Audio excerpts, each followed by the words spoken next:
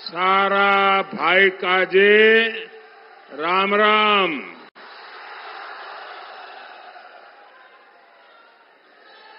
वारलू छे कि नर्मदा मैया की, नर्मदा मैया की, नर्मदा मैया की। कोटेश्वर और बालूपुर के सभी संतों को मेरे प्रणाम।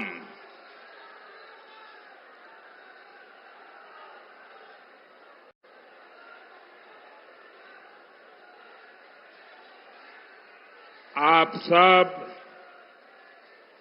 अपना समय निकालकर मुझे आशीर्वाद दे।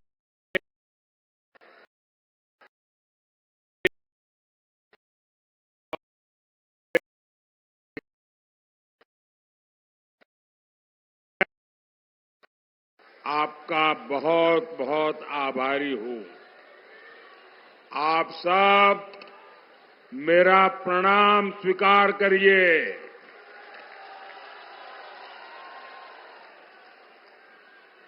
साथियों,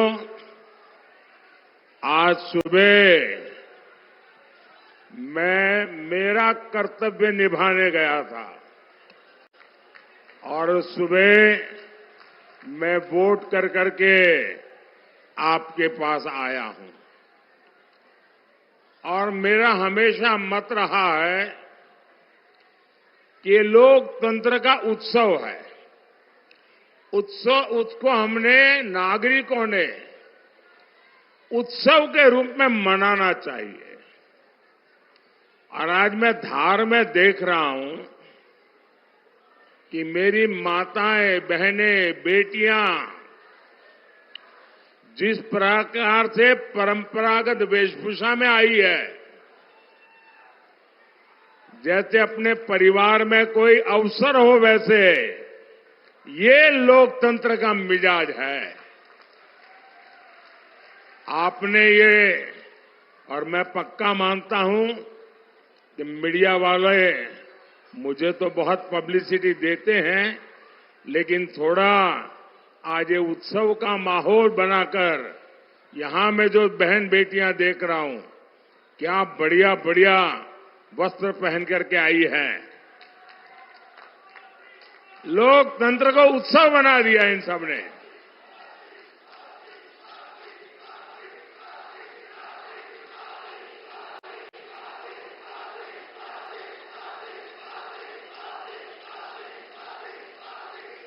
और लोकतंत्र और चुनाव, ये महापर्व होता है लोकतंत्र का। और जब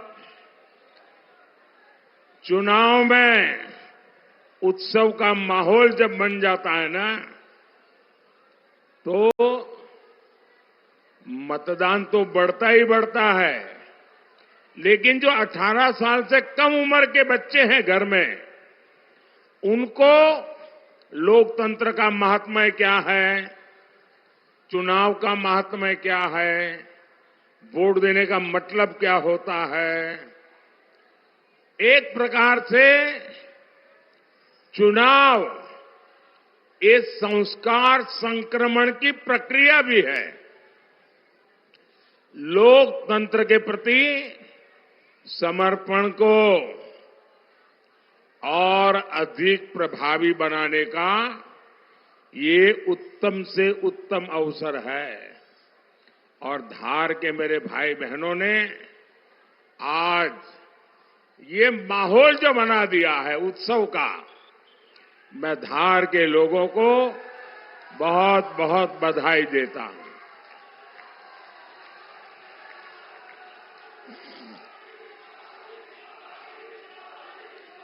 यहां कुछ लोग ये फोटो वगैरह के लेकर के आए हैं। आप सबके फोटो मैंने देख लिए हैं। अगर आप बैठ जाएंगे तो मेरे पर बड़ी कृपा होगी, क्योंकि पीछे सबको परेशानी होती है। मैंने देख लिया है, आप तस्वीर लाए हैं, कृपा करके आप बैठिए। नहीं बैठेंगे? उन तस्वीर को नीचे रखिए, आराम से नीचे बैठिए।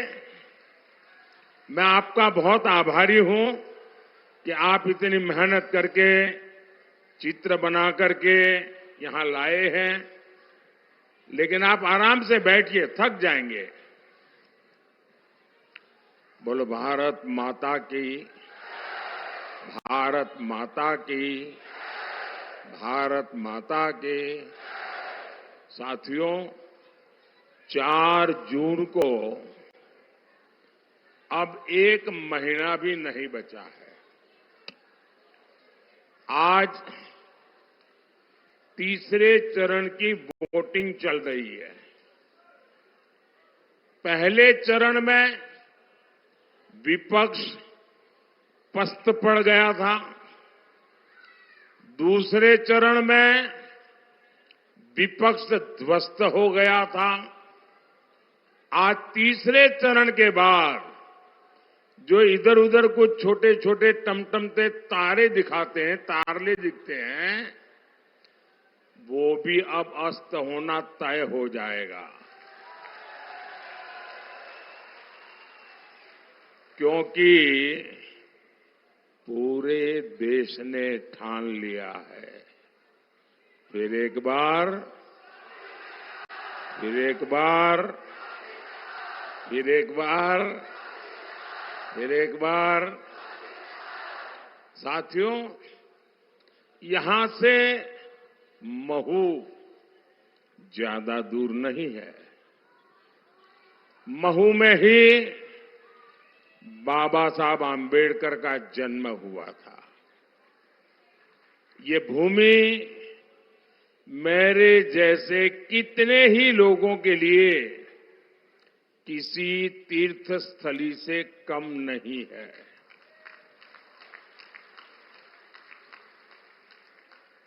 और मैं तो अगर स्वार्थ की भाषा में बोलूं,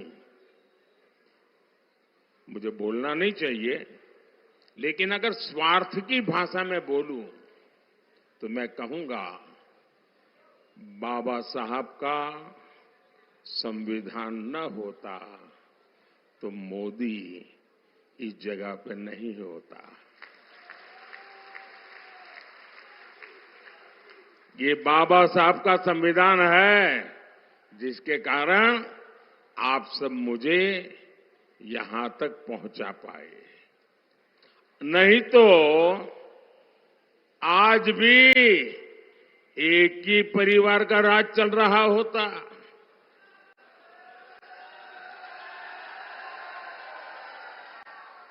नामदार ही नामदार होते, कामदार का तो हिसाब ही नहीं होता। लेकिन ये बाबा साहब के संविधान की ताकत है कि नामदार को हटा के देश ने कामदार को बिठा दिया। और यही वजह है कि कांग्रेस बाबा साहब से नफरत करती है। इसी नफरत में अब कांग्रेस ने एक और चाल चली है। कांग्रेस चाहती है कि संविधान बनाने का श्रेय बाबा साहब को ना मिले। इसलिए अब कांग्रेस ने कहना शुरू कर दिया है कि बाबा साहब का योगदान तो बहुत कम था।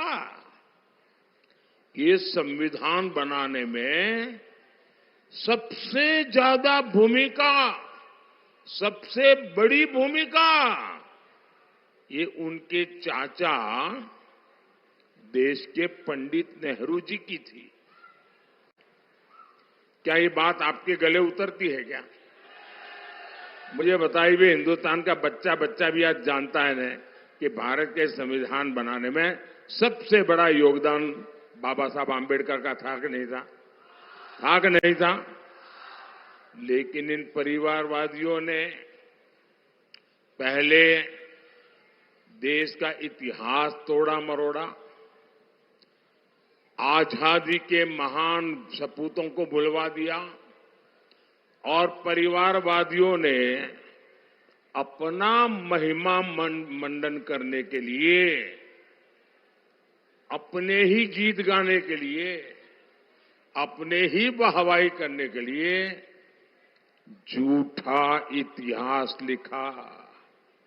और अब ये संविधान को लेकर भी झूठ गढ़ने लगे हैं और उसको भी कब्जा करने के मिजाज में है। सच तो ये है कि कांग्रेस का ये परिवार बाबा साहब आंबेडकर को घोर नफरत करता है। कांग्रेस ने आंबेडकर जी की राजनीति को खत्म करने की हर साजिश रची। मैं इसे भाजपा का और भाजपा सरकार का सौभाग्य मानता हूं कि भाजपा के समर्थन वाली केंद्र सरकार ने कुछ वर्ष पहले बाबा साहब को भारत रत्न दिया था। ये जब गए ना, तब मौका आया। मैं इसे भी अपना सौभाग्य मानता हूं कि मुझे बाबा साहब से जुड़े स्थानों को पंच तीर्थ के रूप में विकसित करने का अवसर मिला। साथियों, हार की हताशा में आजकल कांग्रेस और इंडी गठबंधन के लोग एक नई अफवाह उड़ा रहे हैं। ये कहते हैं कि मोदी को 400 सीटें मिल गई तो वो संविधान बदल देगा। ऐसा झूठ चलाते हैं ना। ऐसा लगता है जैसे कांग्रेस वालों की बुद्धि पर वोट बैंक का ताला पड़ गया है। वोट बैंक का ताला पड़ गया है।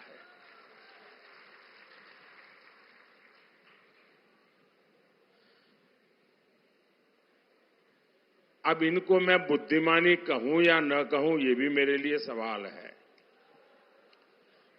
अरे, इनको पता होना चाहिए 2019 से 2024 ये जो 5 साल मैंने सरकार चलाई ना, और 2019 में जो आपने वोट दिया था, 2019 से 2024 मोदी के पास एनडीए प्लस के रूप में 400 सीटों का तो समर्थन था ही था।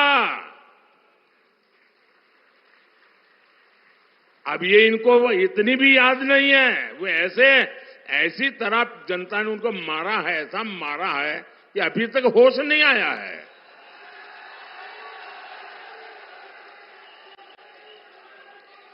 दो 2019 के बाद करीब करीब 300 सीटें तो एनडीए के पास थी। इसके अलावा 3-4 क्षेत्रीय पार्टियां और निर्दलीय पूरे 5 साल हमारे साथ खड़े रहे। ये सब अगर मैं मिला लूं, एनडीए प्लस का हिसाब लगा लूं, तो ये करीब करीब 400 पहुंच जाता है। और मोदी ने 400 सीटों का उपयोग किस काम के लिए किया? मोदी ने 400 सीटों का उपयोग 370 हटाने के लिए किया।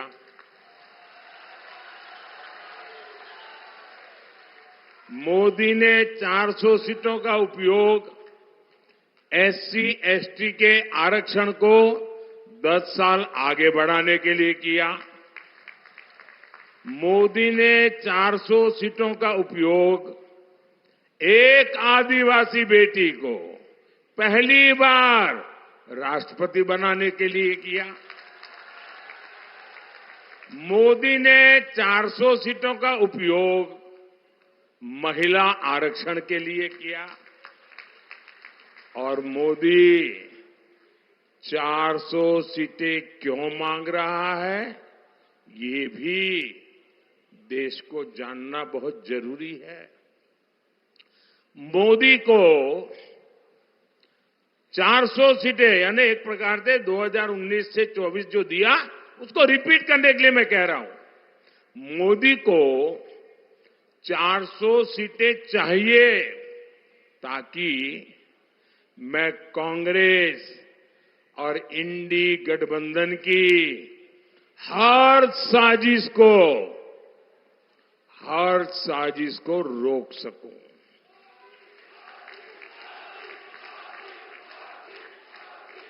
मोदी को 400 सीटें चाहिए ताकि कांग्रेस कश्मीर में धारा 370 को फिर से वापस लाकर के चिपका न दे, खेल बिगाड़ न दे। मोदी को 400 सीटें चाहिए ताकि कांग्रेस अयोध्या में राम मंदिर पर बाबरी ताला ना लगा दे।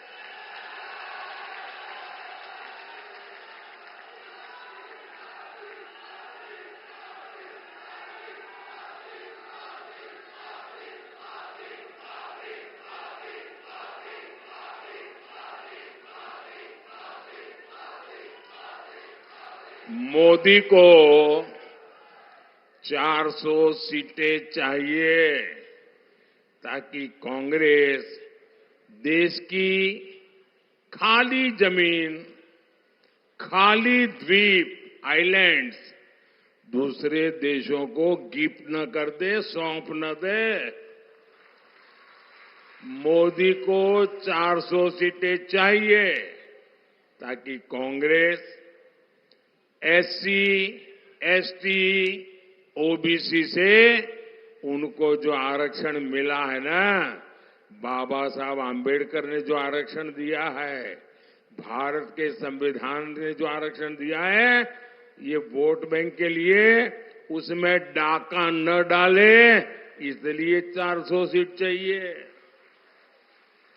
मोदी को 400 सीटें चाहिए ताकि कांग्रेस अपने वोट बैंक की सभी जातियों को रातों रात ओबीसी घोषित न कर दे और ओबीसी का जो कोटा है उसमें डाका न डाले, इसलिए मुझे 400 सीट चाहिए। साथियों, पिछले 2 सप्ताह से 14 दिन हो गए जब मैंने कांग्रेस को 3 बातें लिखकर देने की चुनौती दी थी। मैंने कहा था लिख करके दो, 140 करोड़ देशवासियों को लिख करके दो कि धर्म के आधार पर आरक्षण नहीं दोगे। मैंने सही कहा कि नहीं कहा भाई? सही कहा कि नहीं कहा? मैंने दूसरा कहा था मुझे लिख कर दो, 140 करोड़ देशवासियों को लिख कर दो, एससी, एसटी, ओबीसी का आरक्षण आप कभी भी नहीं छीनोगे। मैंने उनको कहा था कि आप देश के नागरिकों को लिखकर दो, कांग्रेस की राज्य सरकारें ओबीसी कोटे से रातों रात डाका डाल करके मुसलमानों को आरक्षण नहीं दे देंगे।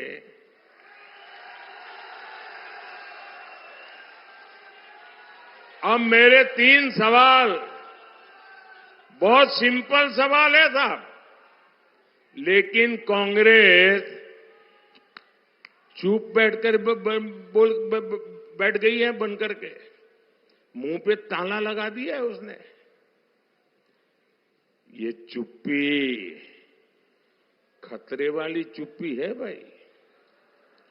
उनके अंदर खेल है और मैंने अब उनके दिमाग का एक्सरे निकाला है।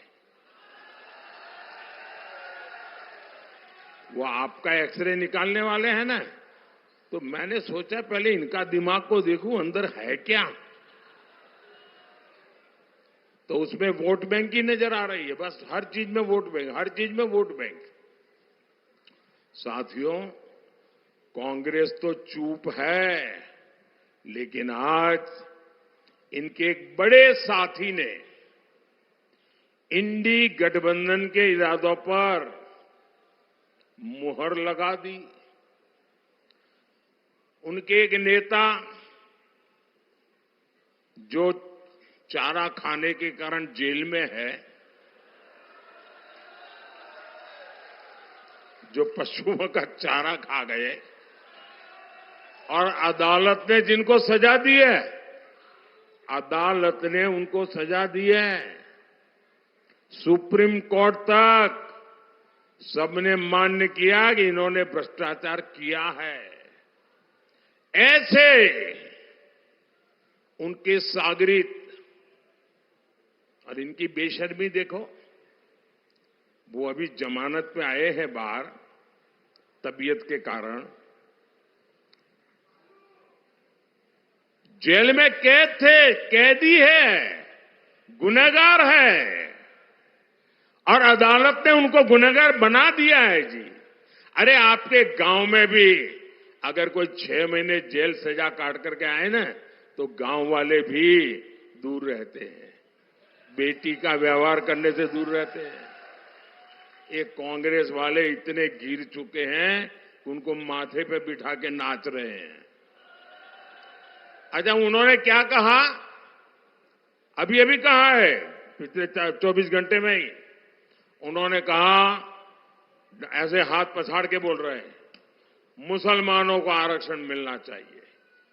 और सिर्फ आरक्षण नहीं मिलना चाहिए, वो कहते हैं कि पूरा का पूरा आरक्षण मुसलमानों को मिलना चाहिए। इसका मतलब क्या हुआ? इसका मतलब क्या हुआ? यानी एससी, एसटी, ओबीसी समाज को जितना आरक्षण मिला है वो छीनकर ये लोग पूरा का पूरा आरक्षण मुसलमानों को देना चाहते हैं। आखिर ये लोग ऐसा क्यों कर रहे हैं? क्योंकि यही वोट बैंक, उसी के सहारे वो अपने सांस गिन रहे हैं। बाकी तो उनका सब खत्म हो चुका है, कुछ बचा नहीं है। बारी बारी से सब छोड़ करके भाग गए। बताइए साथियों, मोदी तो इतने दिनों से सिर्फ यही कह रहा था कि ये आपके हक में से कुछ हिस्सा काटकर धर्म के आधार पर बांट देंगे। लेकिन इनकी साजिश तो और गहरी है। ये लोग अब डंके की चोट पर कह रहे हैं, जिस दिन वोटिंग हो रही है उस दिन कह रहे हैं एससी, एसटी, ओबीसी का पूरा आरक्षण ये मुस्लिम समाज को देना चाहते हैं। मैं जरा आपसे पूछ रहा हूं भाइयों, ये धार की धरती है, ये राजा भोज की धरती है। आप मुझे बताइए, ये जो इंडी अलायंस वाले, कांग्रेस वाले और उनके चट्टे बट्टे ये जो खेल कर रहे हैं, क्या आपको ये मंजूर है क्या? सबके सब मुझे हाथ ऊपर करके बताइए, मंजूर है क्या? आप इसको मंजूरी दे सकते हैं क्या? ये आपके हकों को लूटना चाहते हैं। ऐसे लोगों का जमानत जब्त होना चाहिए कि नहीं होना चाहिए? इनको हमेशा हमेशा राजनीतिक जीवन से दूर करना चाहिए कि नहीं करना चाहिए? जो बाबा साहब को मंजूर नहीं था, जिसका बाबा साहब ने अपने युग में विरोध किया था, क्या आप उसका विरोध करेंगे? इस बार ये कांग्रेस और उनके सब साथियों को चुन चुन करके राजनीति में साफ कर देना, ये बाबा साहब आंबेडकर को बड़ी श्रद्धांजलि होगी। क्योंकि उन्होंने बाबा साहब आंबेडकर की पीठ में छुरा भोंका है। इन्होंने भारत के संविधान की पीठ में छुरा भोंका है। मोदी ने इस चुनाव में कांग्रेस के सारे वादों इरादों की पोल खोल दी है। साथियों, कांग्रेस तुष्टीकरण के दल में ऐसा धंस चुकी है कि उसे और कुछ नजर नहीं आता है। कांग्रेस की चली तो कांग्रेस कहेगी कि भारत में जीने का पहला हक भी उसके वोट बैंक को है। अपने घोषणा पत्र में कांग्रेस ने लिखा है, कांग्रेस सरकारी टेंडर में भी अल्पसंख्यकों को हिस्सेदारी सुनिश्चित करेंगे। यानी कांग्रेस ठेकेदारी में भी धर्म के आधार पर कोटा देगी। कांग्रेस का इरादा खेलों में भी अल्पसंख्यकों को प्राथमिकता का है। यानी क्रिकेट टीम में कौन रहेगा कौन नहीं रहेगा, ये कांग्रेस अब धर्म के आधार पर तय करेगी। मैं आज कांग्रेस से पूछता हूं, अगर ऐसा करना ही था तो 1947 में 1947 में जब देश आजाद हुआ तो कांग्रेस ने भारत माता का 3 टुकड़े क्यों कर दिए? भारत मां की भुजाएं क्यों काट दी? देश का बंटवारा क्यों किया? 47 में ही पूरा देश आप पाकिस्तान बना देते, उसी समय भारत का नामो निशान मिटा देते। मैं आज 2 टूक कह रहा हूं और ये कांग्रेस वाले और उनके सारे चट्टे बट्टे जरा कान खोल के सुन लो। और मैं बराबर पूरी ताकत से कह रहा हूं, कांग्रेस वाले और उनके सारे इंडिया अलायंस वाले कान खोल करके सुन लो। जब तक मोदी जिंदा है,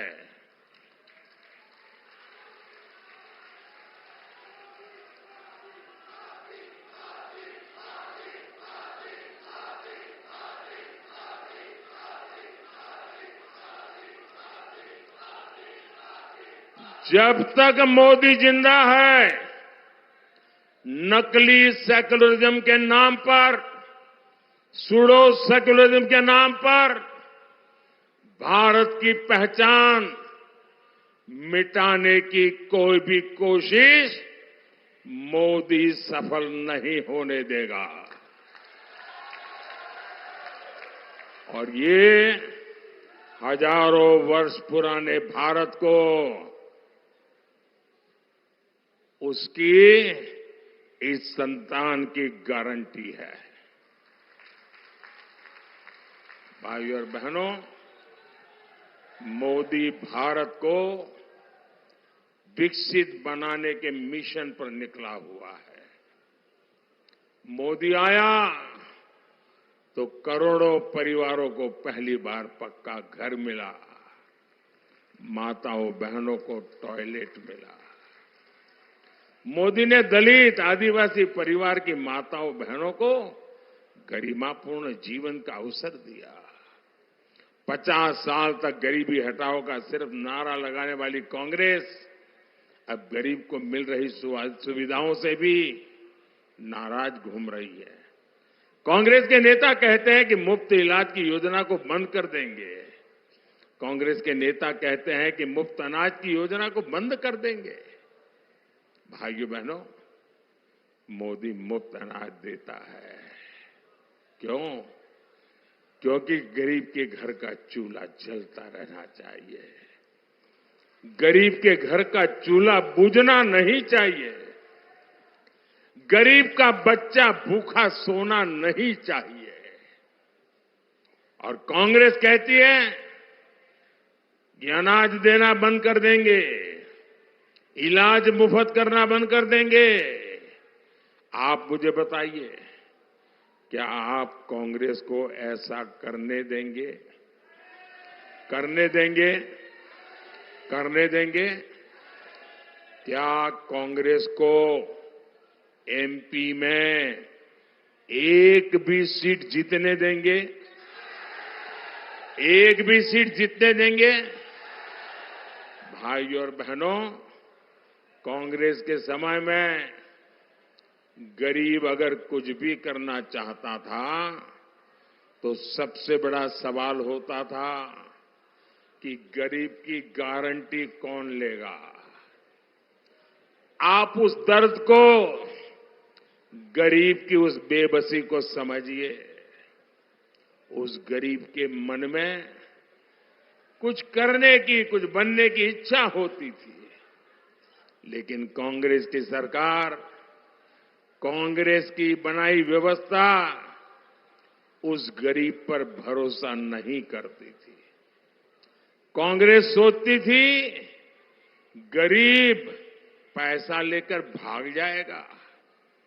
महलों में रहने वाले कांग्रेस के नेताओं को पता नहीं, गरीब भागता नहीं है। गरीब मेहनत करता है। गरीब सूखी रोटी खा लेगा, लेकिन गरीब कर्ज लेकर घी नहीं पीता है। साथियों, ये मोदी, ये गरीब का बेटा है, जिसने देश के हर गरीब की गारंटी ली है। मोदी ने 50 करोड़ से अधिक बैंक अकाउंट खोले। मोदी ने गरीब से बिना गारंटी लिए मुद्रा योजना के तहत उन्हें लगभग 30 लाख करोड़ रुपए का लोन दिया।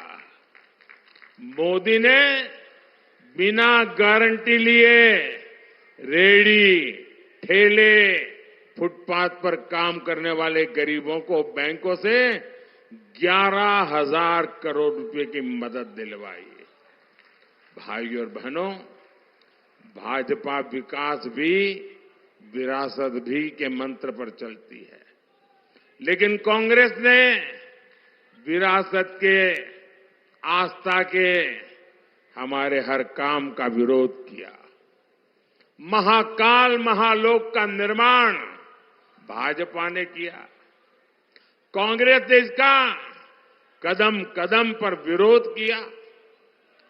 देश की धरोहरों को संरक्षण देना और उससे रोजगार पैदा करना, ये भाजपा का प्रयास रहता है।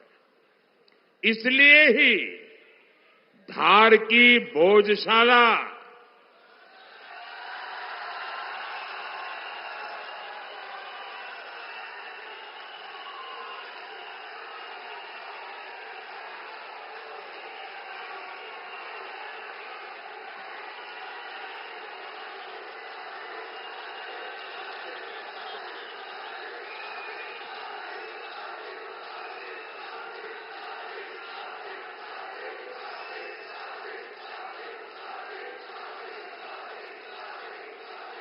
धार की भोजशाला बाघ गुफाएं,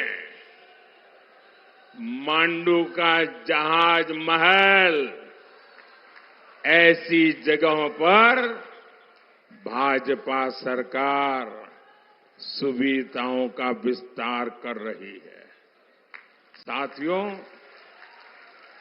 बीते 10 सालों में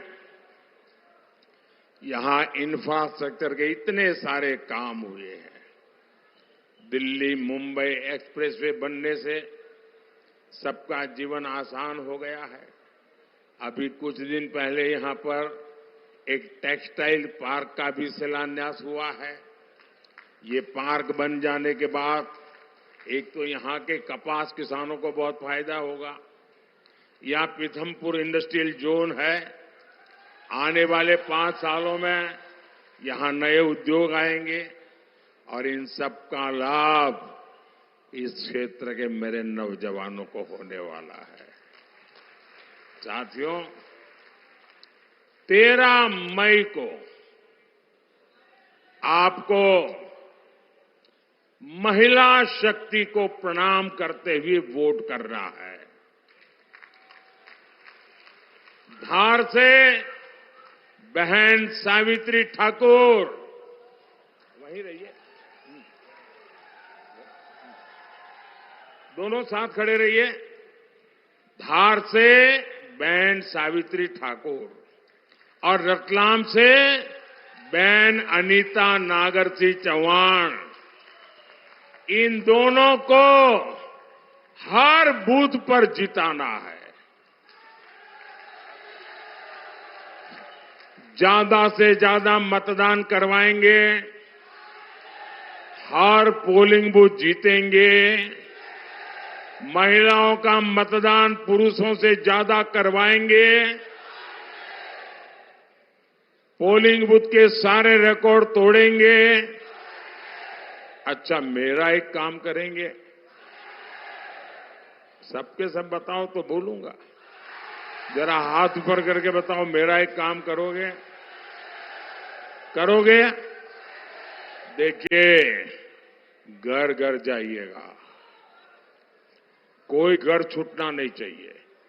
हर परिवार में जाइए और हर परिवार में जाके कहिएगा कि अपने मोदी जी धार आए थे, अपने मोदी जी धार आए थे और मोदी जी ने सबको राम राम कहा है।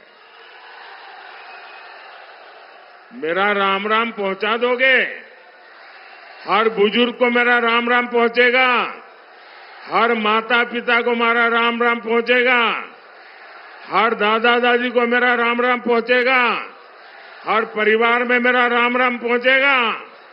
बोलिए भारत माता की, भारत माता की, भारत माता की। बहुत बहुत धन्यवाद।